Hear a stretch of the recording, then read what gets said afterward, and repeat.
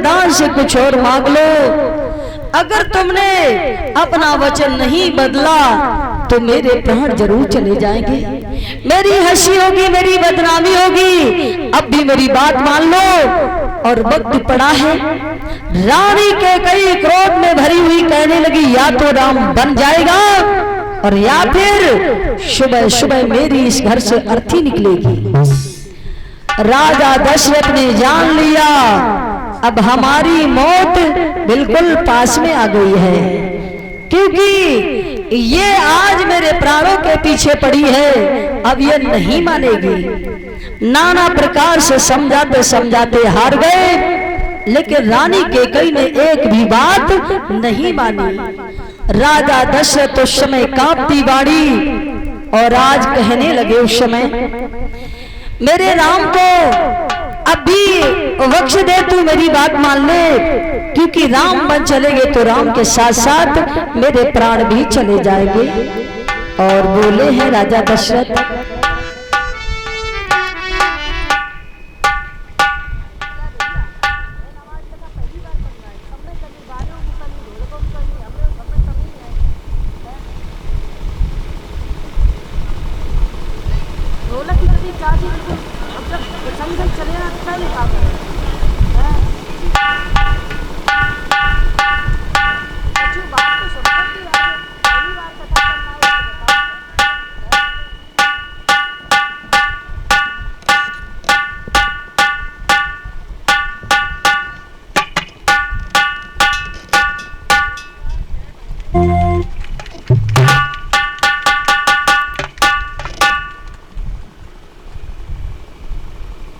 और इसी बीच हमारे भैया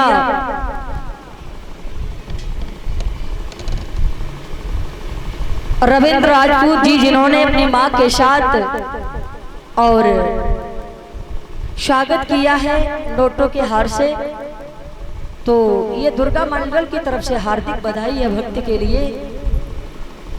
और ये मैया रानी इतना धन दे कि धन देते देते और दान करते करते भक्त के हाथ थक जाएं, लेकिन घर में किसी बात की कोई कमी ना रहे और सारी मनोकामनाएं पूरी करे भगवान। बोलिए वृंदावन बिहारी लाल की। और उस समय राजा दशरथ ने कहा कि अब भी मेरा कहना मान लो और हमारे प्राण जरूर जाएंगे अगर तुमने मेरी बात नहीं मानी तो।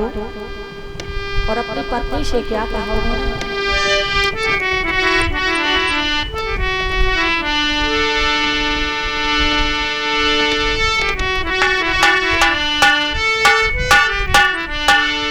और कैकेयी तूने बचन को माना और ये बचन हमें मंजूर है। श्री राम जावे वन को, श्री राम जावे वन को, इसमें उनका क्या कसूर।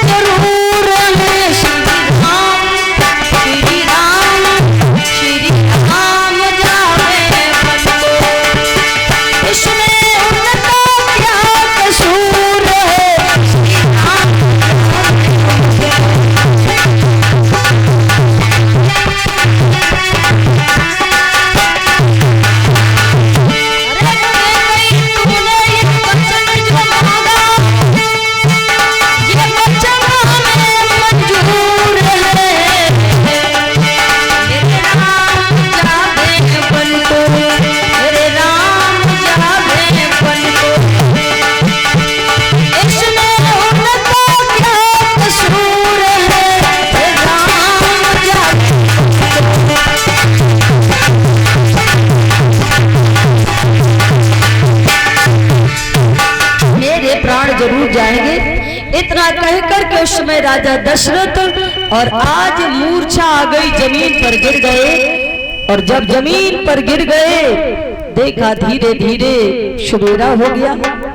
जब सुबेरा हो गया कैकेयी खड़ी है और आज राजा दशरथ उस समय मूर्छावस्था में पड़े हैं। सुबह का वक्त था। उसी समय विश्वामित्र जी ने सुमंत मंत्री को भेजा और ये कहा जाओ देखो राजा दशरथ अब तक नहीं आए और यज्ञ प्रारंभ हो, उसके बाद राज तिलक हो, सारी तैयारी कर दी जाए।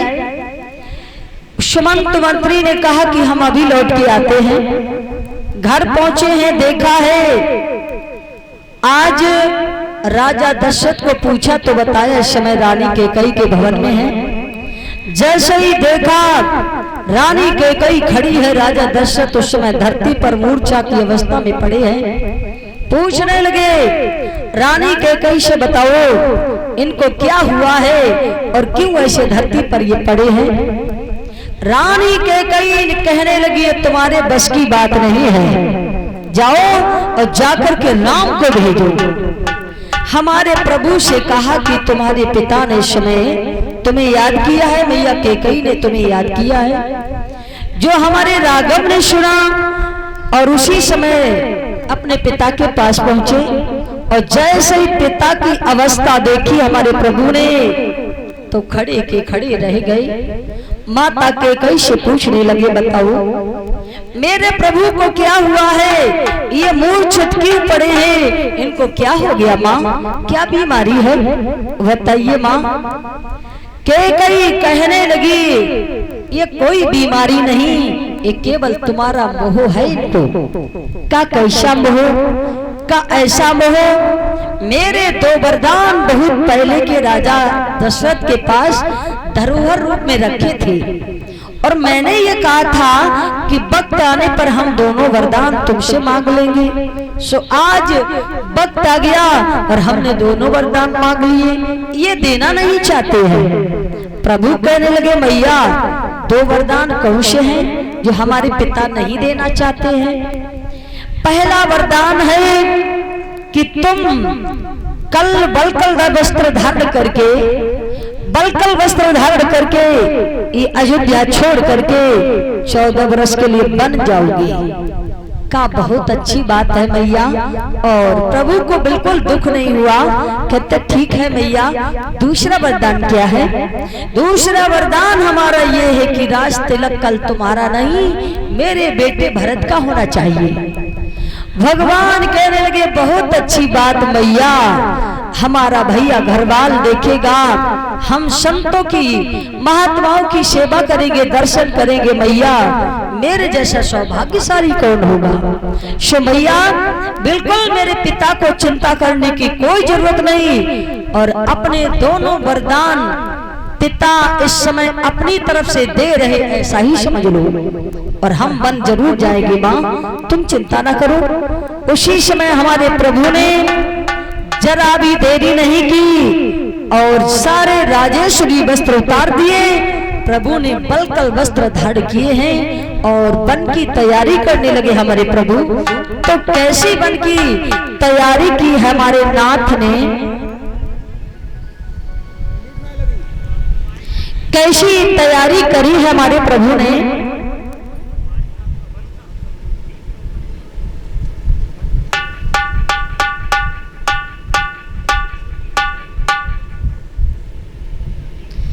और हमारे प्रभु उस समय कैसी तैयारी कर रहे हैं।